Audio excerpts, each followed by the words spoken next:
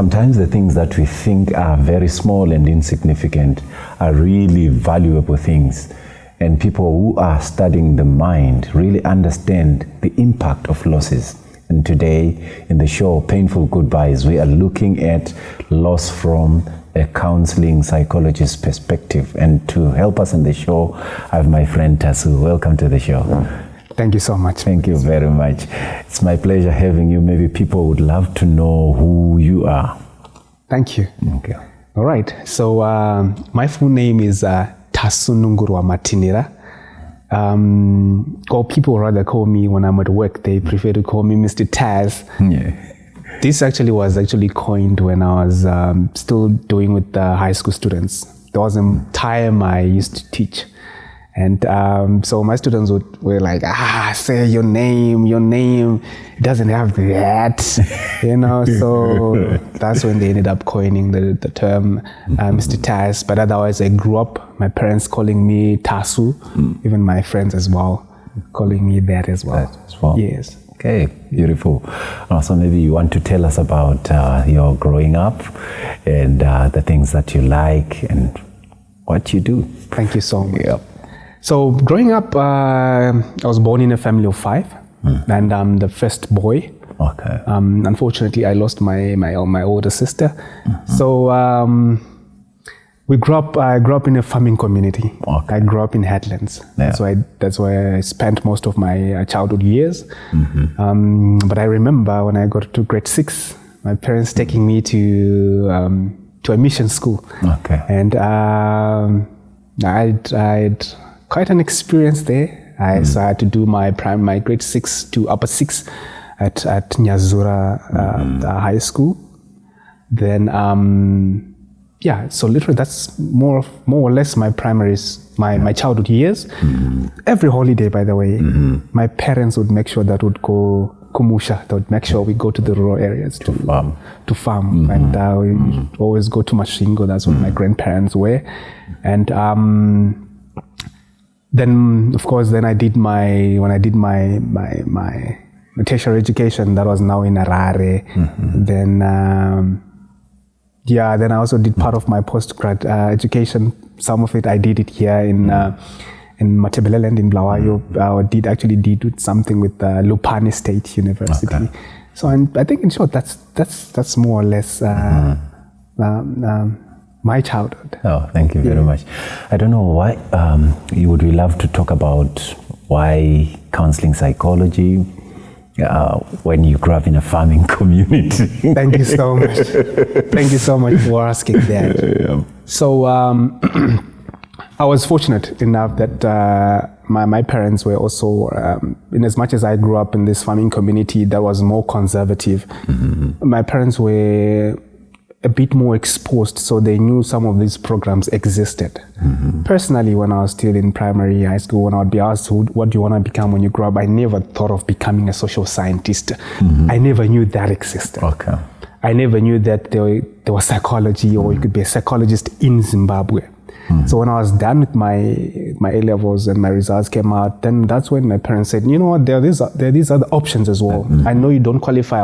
Initially, I wanted to become a lawyer, but because of my points, I couldn't qualify. Okay. But then my parents are like, but these good alternatives, did you know that they existed? Then psychology caught my attention because it was all about studying the mind and human behavior.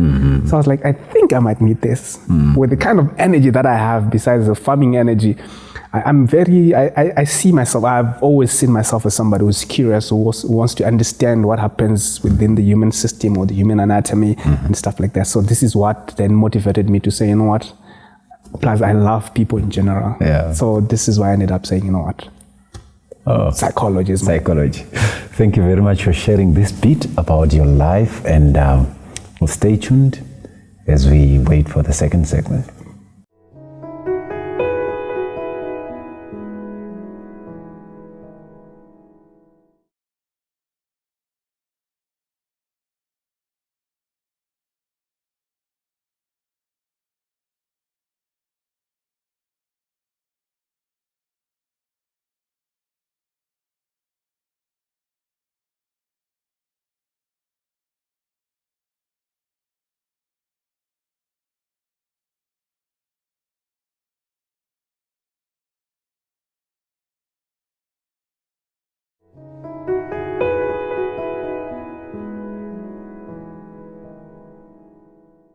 Welcome back. This is the show, Painful Goodbyes. I'm with my friend Tasu, a counseling psychologist, and we've been talking about his journey as a psychologist. Now I want us to really delve. There are a number of losses that people go through, but maybe we just need to talk about 2 or 3 time permitting.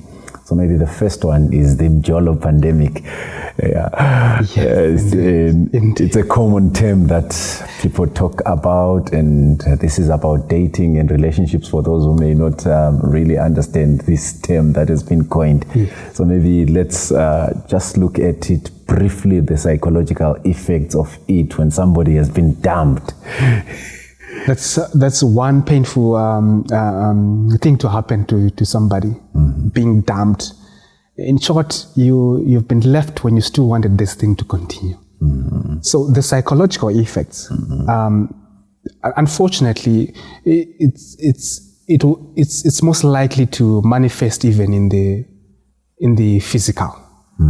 So you'll find that we say until we treat mental health the way we treat a broken leg, we haven't started. The reason why we say so, you'll find that once somebody has been dumped in this Mjolo pandemic, they are likely not to function. You find that their everyday functioning is impaired.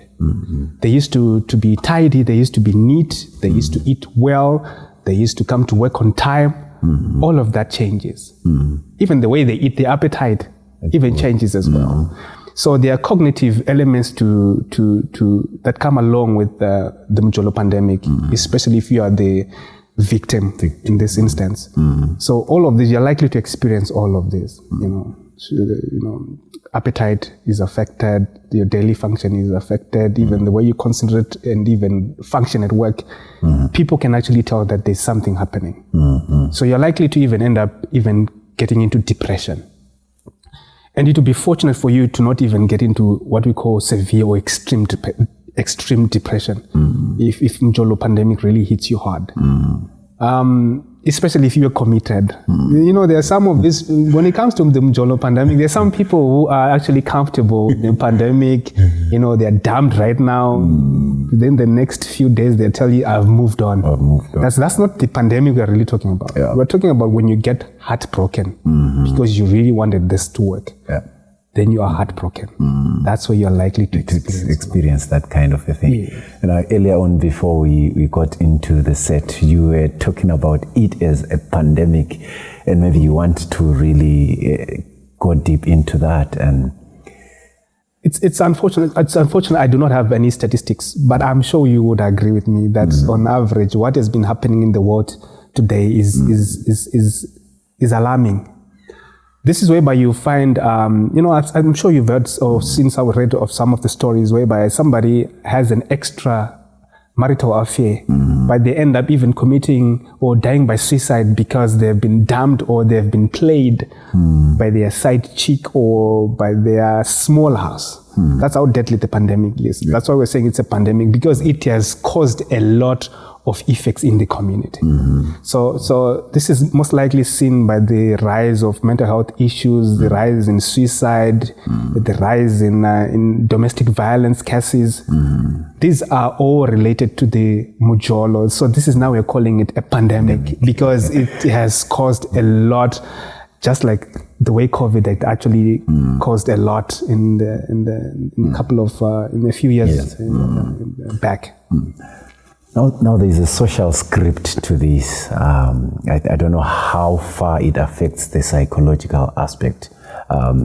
When I'm not supposed to be dumped, that could be something that's really going on in someone's mind, or the real men should actually be proposing so many and they should be winning, but now this guy has lost it.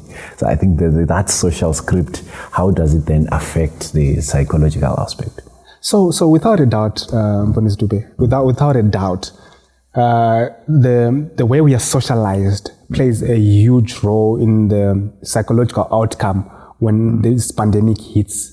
When this pandemic hits you, so you are the community or the society grooms somebody saying a man, a bull is seen by its scars. So in short, they're saying a man has to be seen or has to prove that he's a man, by having so many relationships and stuff like that. But in the end, they don't really talk about how it then affects you psychologically, if anything then goes wrong in that. So in short, people are just telling us the good thing or what's expected, but then they don't tell us some of the consequences if those things don't go as according to the script. So the community, the way we're socialized, plays a critical role. So this is why it's also very important for us then to then sit down and talk.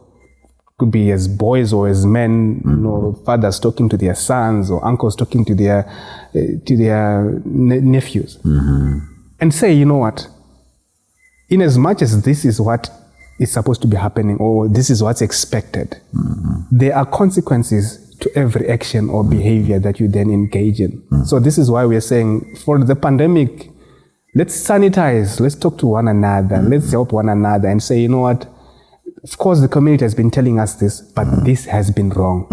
So let's mend our ways, let's keep social distance, let's mind the number of relationships that we have, and also let's also be prepared. It's not always that because you're in a relationship then automatically it's going to be successful. We also need to even psychologically prepare ourselves in the event that the unforeseen happens. Or in the event that the unwanted then happens.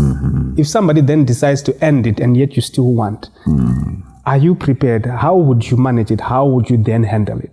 Failure to do so. This is where we end up having most of these psychological issues and mental health issues that end up even becoming very deadly in the end. So definitely the social script definitely does affect the outcome of our mental health and the psychological part of us as human beings. Yes. You may not be having the statistics, but generally this is a generalized statement. Looking at what is happening now, divorce cases that are on the rise, how has that contributed to the mental health burden of the nation? So, generally speaking, this is why we're also calling it a pandemic. It has, I'm almost 80% sure, if not 90% sure, that most of the divorces that are occurring nowadays are mainly related to the mjolo. Okay. Of course, the financial part can also come and play in, that's the other main thing that is playing a part. But the mjolo issue is the one that's the main issue. This is why most people are fighting. This is why people fight over even the phone. Why do you have a password? Why is it you need to access my phone? Why is it you want to know what I'm doing? Why is it you want to know where I am at a certain time? This is all related to the mjolo. And if you find, or if you look at it, most of the cases that then end up coming through, and most of the cases that you end up dealing with are related to these mjolo issues. Okay. This is why we end up then saying, you know what, be objective when it comes to these issues of mjolo, these relationship issues. Be objective with yourself and be honest with yourself. Is this really what I want, or is this the kind of person that I really want? But sometimes, unfortunately, most of these red flags, you would have seen them. An interesting case that I actually had whereby somebody was saying, I was dating this girl, but each time I would always notice that her phone was always on flight mode. Those kind of red flags are likely to show you that you will have a pandemic, the mjolo pandemic in the near future with your partner. And this is why you find that today people are married, a few weeks or months down the line, people are getting divorced. And it's most likely because of the mjolo pandemic. Okay. Yes. So, in your practice, you've dealt a lot with suicide issues, suicide ideation, and dealing with people that have lost their their loved ones through suicide. Maybe in the last few remaining minutes, maybe talk about that. No, it's so sad. It's so sad when we talk about suicide. Most people who die by suicide is because they have felt to deal with the difficulty or a hurdle in their mental health. They've experienced a mental illness that has been triggered or that has been caused by especially the mjolo one or any other issue that has made them to then decide, you know what, I think I don't deserve to live anymore. Or I think ending this or ending my life is the best way out. Yeah. It's very unfortunate. So you will find that it's what has been alarming is the rate at which now men have been dying by suicide. Yeah, this is mainly because most people do not have people that they can trust, or they actually do not even know, they're ignorant, they don't even know that they can actually get help for whatever mental health issue or whatever issues that they actually have in life. Yeah. And we always try and say, you know what, guys, come through, feel free to open up. Have somebody that you trust that you can actually open up to. And it's really been an alarming issue. And sometimes most of these things are man-made. It's not that they are occurring naturally, that people then decide to then end their lives or dying by suicide, but it's things that we create for one another. And most people actually do enjoy it when they see their neighbor suffering psychologically, or if they try and, or if they see them that this person is probably stronger than they thought, they will try and make sure that they make you as weak as possible and vulnerable to that. Then once you die by suicide, then people will say, I wish they had said, or they had opened up, who could have helped, who could have done something. When we contributed, actually, when we are the ones who have actually contributed to that. Yes. So you find that with women,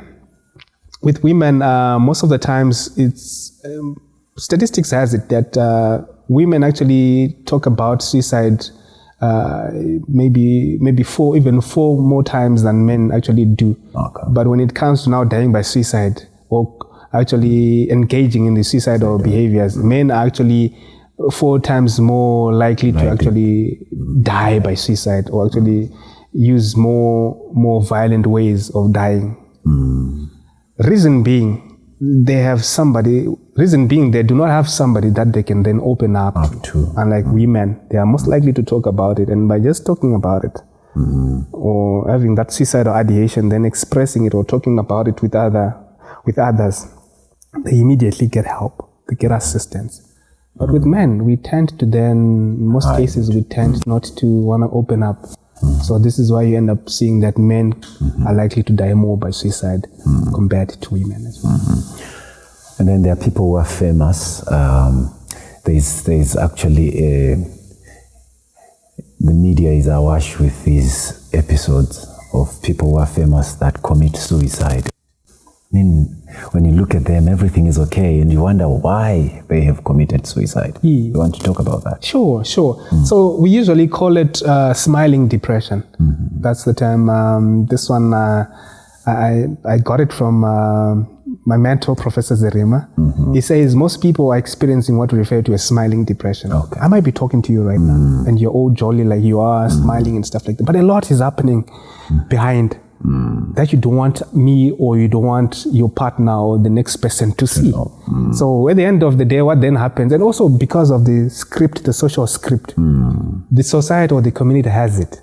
I know, when you have the money, when you have fame, then everything is okay. You don't need to show your weaknesses or that you're experiencing, mental health issues. So at the end of the day, you bottle it up. But then that's detrimental now. That's very, very dangerous. Before you know it, that's when we end up seeing these people dying by suicide because they wouldn't have found or wouldn't have an opportunity to talk to somebody or to get help.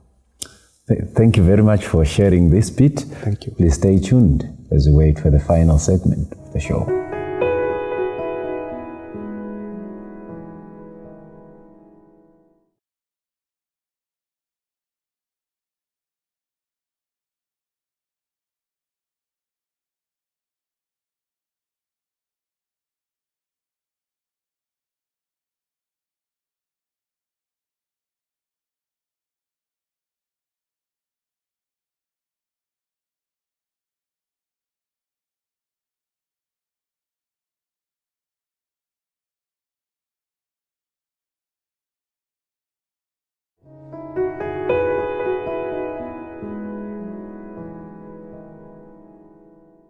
Welcome back to the third and final segment of the show, Painful Goodbyes. If you're just joining us, I'm with Tasu, a counseling psychologist, and we're talking about loss from a counseling psychologist perspective.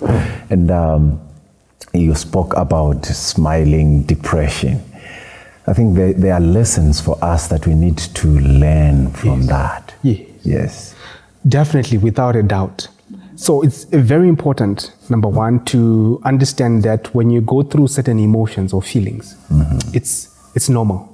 It's natural. This is why these feelings or emotions are actually there, and we are able to identify them. When you're feeling sad, when you're feeling low, when you're feeling hurt, that's all natural. That's one thing people should know. So when you experience that and you feel you're overwhelmed, you can't handle it on your own anymore. It's important to get help. So what you can actually do from a simple point of view, find somebody to talk to, somebody that you trust. It could be a brother, it could be a spouse, it could be a friend. If all that fails, or you feel still you're not comfortable or safe to open up to those people, get professional help.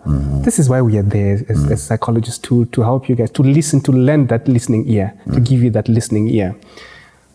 One thing people should always remember is that when you come to a professional, or when you come to a psychologist or professional counselor, it's not that when you come through, we'll give you advice all the time, or we'll suggest things to you all the time. Sometimes you come through and you say, you know what, I just want somebody to listen to me. I have something that I just want to say. I don't want you to tell me anything. I just want somebody who can listen. We'll give you all the room and all the time. You will talk and say it out. Some people, by just saying it out, the burden is done, the burden is gone. Then that's it. Then sometimes some people want, they really need help. They need therapy to go through. They need psychotherapy to then to get better, or to then be okay, to be all right. So that's still okay again. You come and you can always come through, and we'll also offer you that. The risky thing about, getting these psychological or psychotherapies from anybody and everyone is that some of the information is toxic. They'll tell you, they have cheated on you. You have to cheat back. Cheat back. I hope I got it right. Something like that. So it's also important to know the kind of person that you're going to talk to. Not only that, when you come to also professionals, you're guaranteed privacy as well. You don't want to be, after talking to your friend, before you know it, they're out there, they're telling everybody about your story. That might even do you more harm. So this is why I also say, feel free to come through, and we'll help you. So find somebody to talk to. Engage yourself in activities or hobbies that keep you active. It could be gardening if you're somebody who doesn't like jogging or playing soccer, mabuza with others over the weekends. Or you can join, if you're women, you can join the clubs, the cooking clubs. I know SDA, there's the women's ministries, and those activities. Engage yourself in those as well. Find something creative, engage in creative activities. You've never played soccer, try it. You've never played netball, try it. You've never done fishing, try it. Try something new. Engage yourself in things that are engaging. It also helps you remove your mind from getting yourself depressed as well. So usually when someone has committed suicide, or somebody has lost a loved one, we have cliches that we use, and we think they are helpful. You want to talk about that? Indeed. You will have to pardon me on that one, because when you spoke about what came into my mind, I only know how to express them in Shona. That's okay. So there are certain statements like, kana nino ndakatombofirwa. My daughter zviitirwe ani. Ini ndotorangarira pandakatombofirwa. Remember, this time is not your time. It's their time to grieve. There's no need for you to bring your own story. Ndakatombofirwa. No. It's okay. Magambofirwa papo, you grieved then. If you didn't, then you might have to get help. It's their time. So there are certain statements we need to then avoid. My daughter is zviitirwa ni ndakatombofirwa, or the best thing you can do for people who have lost somebody to suicide. The best thing when you have nothing to say, just be there, just be present, say nothing. Yeah. So, or if you want to say something, my condolences. I'm really sorry for your loss. You know, those are some of the questions you can then ask. Yes. Or what really happened? What happened? You know, allow the person to speak. But if they're not willing to explain what happened, then that's okay. Just be present. You're present. They will feel it. You might not. You might think it might mean nothing, but it means a lot to them. This is why you see when people go to a funeral, some people just go there, you don't even know them. It's just a neighbor, you've never spoken to one another. But when they leave, you feel like people actually do care for me. But it's not because they said something. It's only because you saw that their actions meant a lot rather than the words that somebody can actually say from a distance. Maybe as your parting shot, you want to talk about that as a ministry of presence, the psychological benefits of the ministry of presence. So like I was saying, you know, actions, like people say, actions actually speak louder than words. By virtue that people have come through to grieve or to cry with you, it says a lot about the people. It shows that people actually do care for you. So this is what I was saying to say, sometimes certain words that we use may cause more harm than good. So by just being present, people just seeing that there are numbers, or people recognizing, when this has been here, has been here, it will say a lot. It will go a long way to the person. So psychologically, people will be convinced people actually do care for me. But at the end of the day, what we want is people who care for one another. When people show, and this you don't only show by saying, it's mainly shown by being present. So by being present, this is where somebody can then have somebody to talk to. I didn't know. Sometimes you're just I am sorry. If you can give them a shoulder to cry on. And then be careful. Like I said, if you're not sure about what to say, don't say anything. They might say, my dad is No. Those are some of the statements we're saying. Sometimes when you're not sure, you'd rather say, I am sorry. No matter I'm sure sorry. Sorry. That would rather go a long way. Thank you very much. When you don't know what to say, just zip your mouth. Thank you very much. For me, Skumbuzo Dube and Tasu Matinhira and the crew behind the scenes, it's a wrap.